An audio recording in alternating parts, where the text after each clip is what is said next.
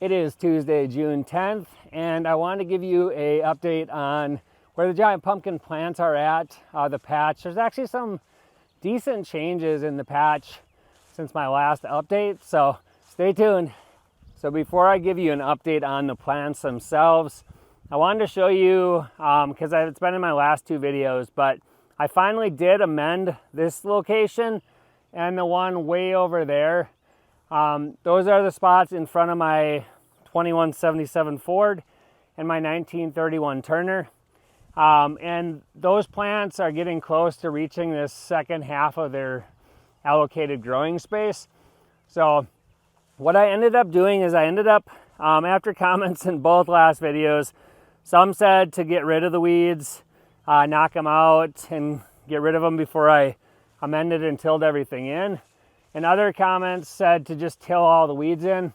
What I ended up doing is I ended up knocking down the weeds and then getting most of what I could out. I didn't get it all the way to the ground to the bare soil.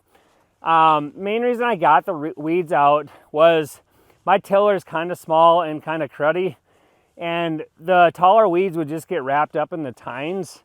So I got as many out as I could, and then I mended the same stuff I mended earlier in the season.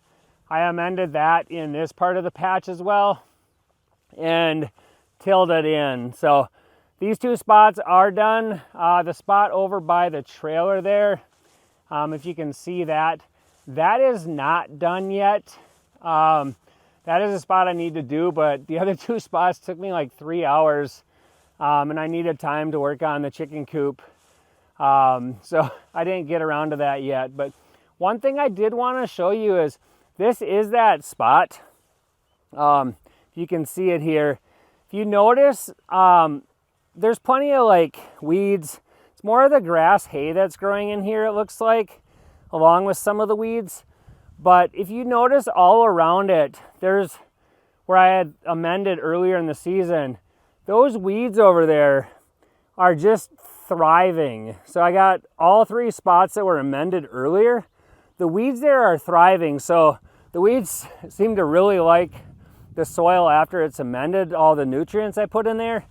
So I just thought it was interesting that this spot here, which this spot I think actually was tilled before the other spots, and this spot is not thriving as well as the others. So adding those, getting your soil test done and amending the soil makes a huge difference.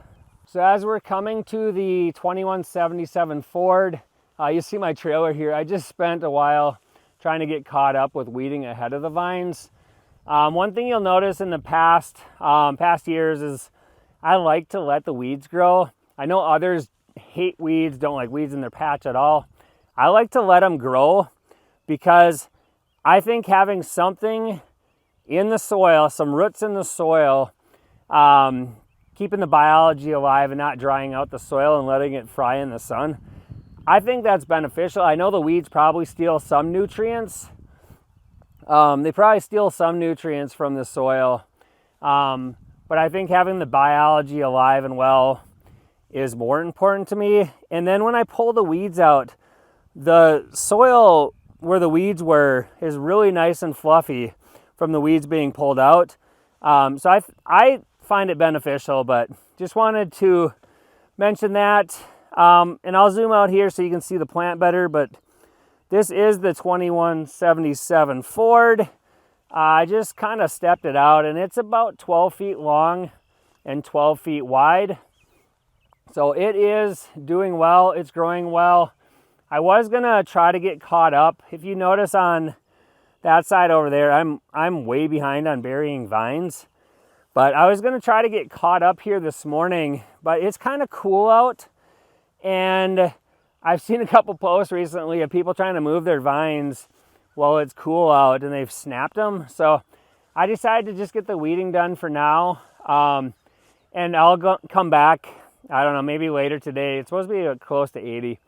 But I'll try to come back later today and get it weeded, or get the vines buried on the other side. I did do this side the other day. I think it was last night. I got some of those buried. But the other side needs to be done yet. If you notice, the plastic is off all 3 spots. I had mentioned in my previous video that I was going to leave the plastic rolled up on the sides, and I was going to, I had the end off, so I had this end off, and then I had this side rolled up. Well, what happened is we got some like 20-mile-an-hour winds with gusts even greater that were coming from the south, and they were blowing right into the hoop house that I had open, and they were acting almost like a parachute on the plastic. So it was pulling these pipes off of the rebar and trying to pull it up. So I figured I'd let the plant ride out the wind without the plastic on, then possibly get throttled by the plastic and the pipes and everything and snap my vine. So that seemed to work well. I didn't have any vines break. I do have some leaves that have twisted up a little bit, but really not that big a deal. So as I'm walking to the 1931 Turner, that Ford plant there has I think a couple pumpkins on secondaries right now, and I just saw when I was weeding that it does have one in the main vine tip.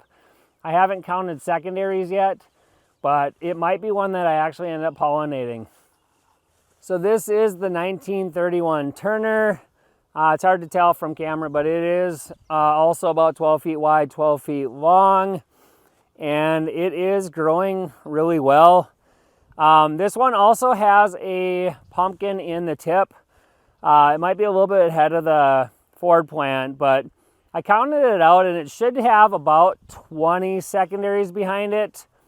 I think I will pollinate it, whether that's the one I take or if I get one shortly after, depending on date and size of plant.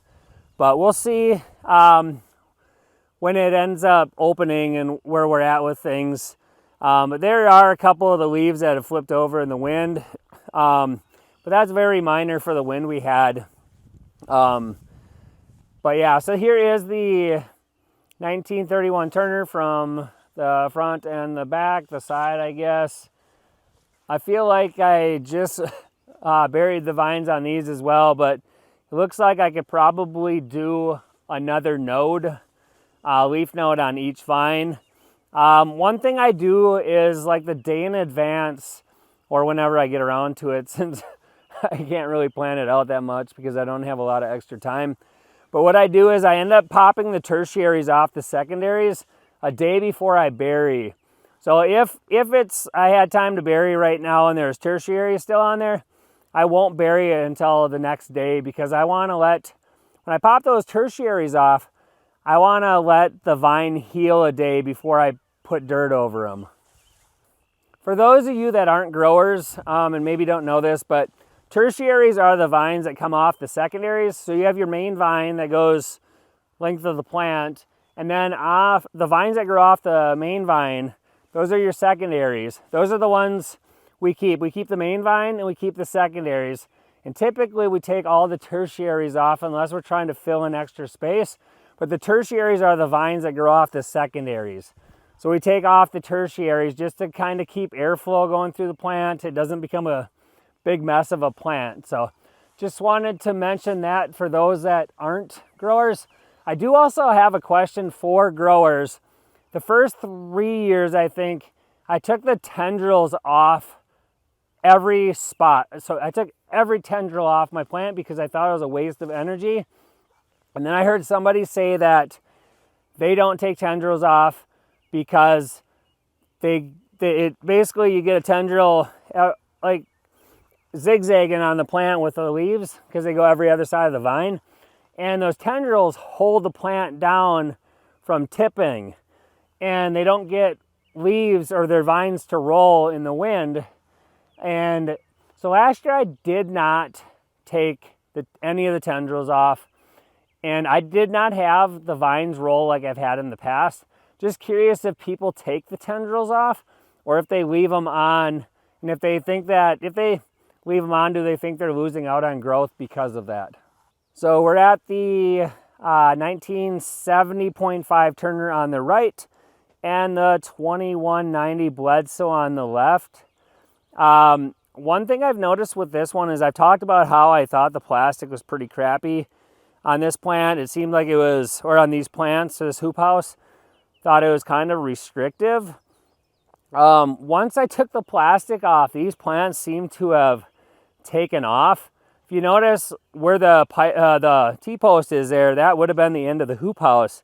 And both plants are past that now. So both of these plants, there's bird crap on a couple of the leaves, so they must be sitting on these posts. But both of these plants have taken off since I took the plastic off. And so I think that I'm not going to use that plastic, I don't think, again in the future, because I think it was really restricting me.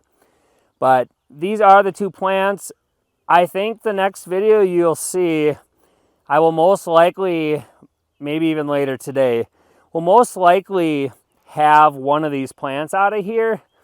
And as of right now, I asked my wife and I asked one of my daughters what they thought, which one, without prompting at all, which one they thought that I should go with. And all three of us came to the same conclusion, and that is to go with the 1970.5 Turner. Reason being, in my mind, I don't know what their reasonings are, but if you notice, it's got tertiaries poking out here. The other side doesn't really have that on the 2190 Bledsoe. This vine also is, I guess they're very similar, just a little bit longer. But just overall, the plant seems healthier. There's some weird stuff going on with a leaf there. I've had other leaves on that Bledsoe plant. It almost seems like it can't handle the heat as well as this 1970.5 Turner. Part of the reason could be, I just thought of, is this Turner plant was grown outside. That's my biggest one I've grown. The pumpkin's name was Crush.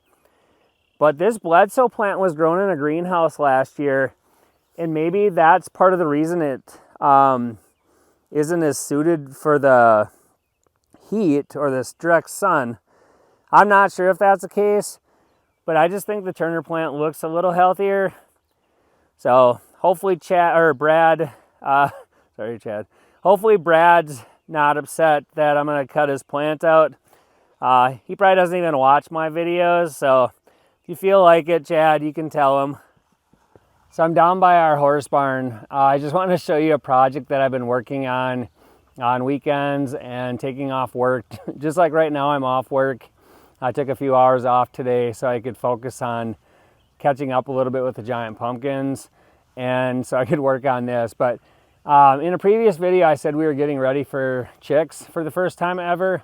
We have 28 chicks in our basement right now, and they're growing really fast. So that is the project that is taking up a lot of my time behind me. It's a chicken coop. If you can see, it is going to be elevated a few feet off the ground so the chickens can use that space as a run. There's going to be a run off the other side of it as well, but then the chickens can use the run space and then underneath the coop. But yeah, this is what's been eating away at some of my time lately, which is making me have to play catch up, which every year I have to play catch up with the giant pumpkins. I'm never where everybody else seems to be. I'm always behind playing catch up. So, but yeah, this is one of the projects I got going on. So I feel like I had a lot more I wanted to go over in this video. But that is where it's going to wrap up. I'm sure I'll think of something in a little bit that can go into the next video. So hopefully everybody is having a successful season so far. And thank you for watching. Please subscribe, please like, and drop a comment down below. Thank you.